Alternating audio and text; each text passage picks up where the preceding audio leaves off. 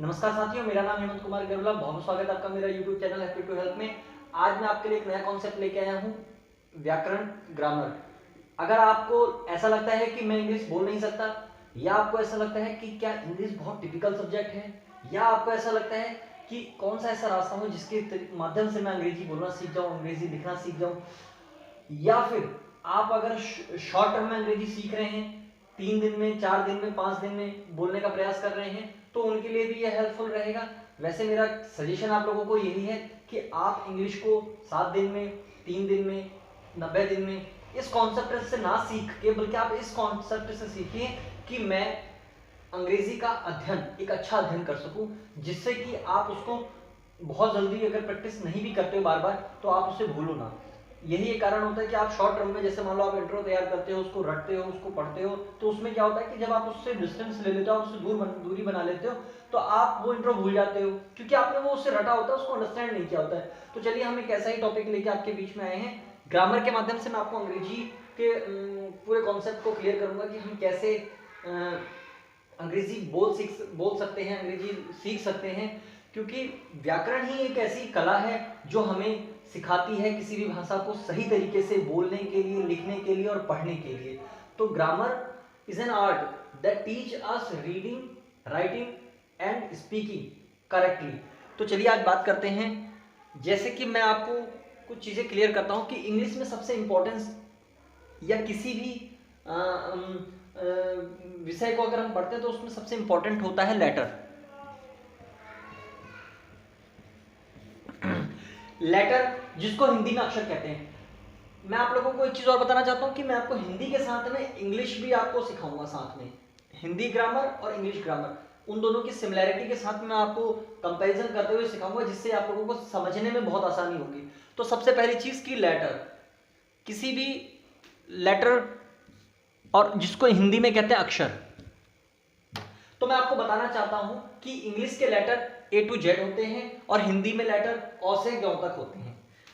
अब आपके ये आ गए letter A to Z, 26 letter होते हैं, और इसमें अ से लेके ग तक आपके 52 लेटर होते हैं। क्लियर? यहां आपके 26 लेटर होते हैं, यहां आपके 52 लेटर्स होते हैं।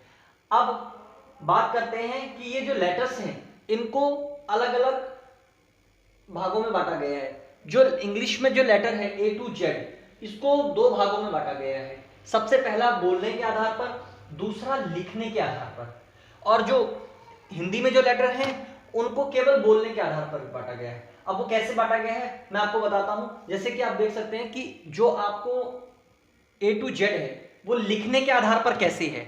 आप स्मॉल लेटर में लिख सकते हैं A to Z, A, small b, small c। Capital letter में लिख सकते हैं आप, कैपिटल में अगर आप बात करते हैं तो कैपिटल A, कैपिटल B और कैपिटल C और कैपिटल D एक्सेट्रा। अब बात करते हैं हिंदी की। तो हिंदी में लिखने के आधार पर कोई विभाजन नहीं है, क्योंकि हिंदी में लिखने का मेथड सिर्फ एक ही होता है, ओ लिखना है तो ओ लिखना है। अब दूसरे टॉपिक की बात करते हैं कि बोलने के आधार पर। तो बोलने के आधार पर है दोनों ही, ये लिखने के आधार पर था और ये अब बोलने के आधार पर बात करेंगे। तो यहां पर बोलने के आधार, लिखने के आधार पर कुछ भी नहीं है। हिंदी में लिखने के आधार पर कुछ भी नहीं है, जैसा हिंदी में लिखा जाता है वैसे लिखा जाता है, कोई दूसरा मेथड नहीं है। अब बात करते हैं बोलने के आधार पर। बोलने के आधार पर इनको 2 भागों में बांटा गया, वोवेल और कॉन्सोनेंट। कॉन्सोनेंट, वोवेल को हिंदी में कहते हैं स्वर और कॉन्सोनेंट को कहते हैं व्यंजन। ये खाने वाला व्यंजन नहीं है, ये व्यंजन कॉन्सोनेंट है।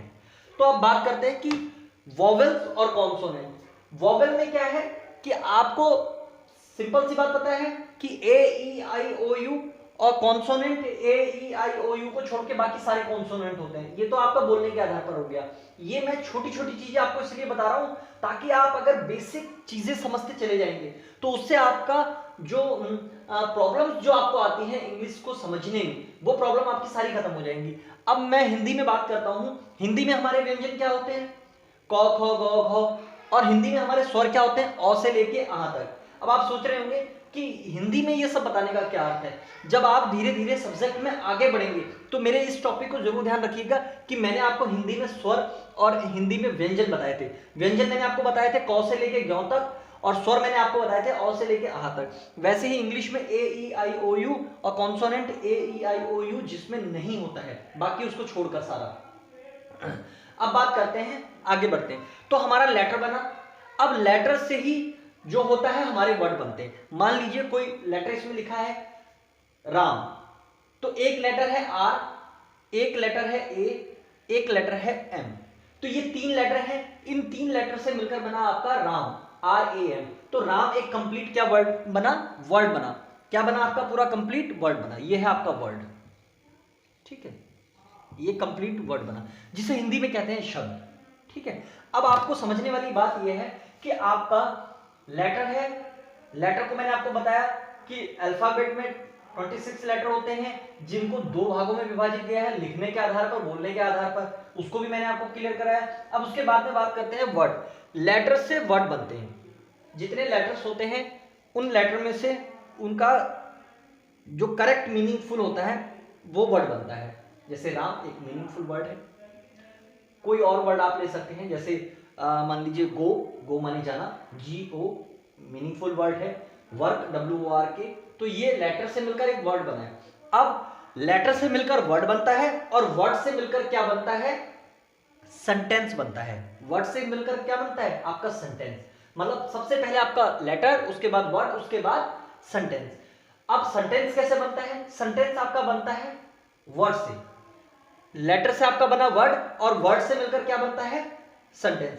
मतलब अर्थात पूरा इसका अर्थ ये आता है कि अक्षर से शब्द का निर्माण होता है, और शब्दों से वाक्य का निर्माण होता है, और वाक्यों से किस चीज का निर्माण होता है, भाषा का, जिसे हम बोलते हैं। हम वाक्यों को जोड़ जोड़कर भाषा का निर्माण करते हैं। तो ये बात सबसे इंपॉर्टेंट थी जो आपको मैंने आज इस टॉपिक में बताई है।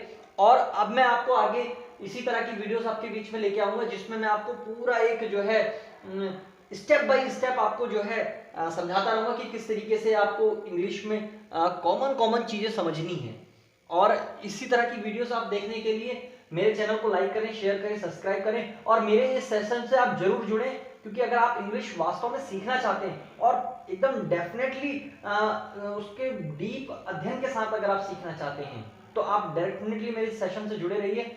और इसी तरह की वीडियोस मैं आपके बीच में लेके आता रहूंगा। आप अपने फ्रेंड्स को भी शेयर करिए जो इंग्लिश में वीक है, जिनको समझ में नहीं आता कि हम कैसे इंग्लिश को स्टार्टअप करें, कहाँ से हम शुरू करें, कहाँ से सीखना शुरू करें। ये सब बेसिक से पॉइंट्स हैं जिनको मैं क्लियर करके आपको एक ऐसे मोड पे ले आऊंगा कि जहां से आप फिर आप अपने स्तर से आप इंग्लिश को सीख सकते हैं। आप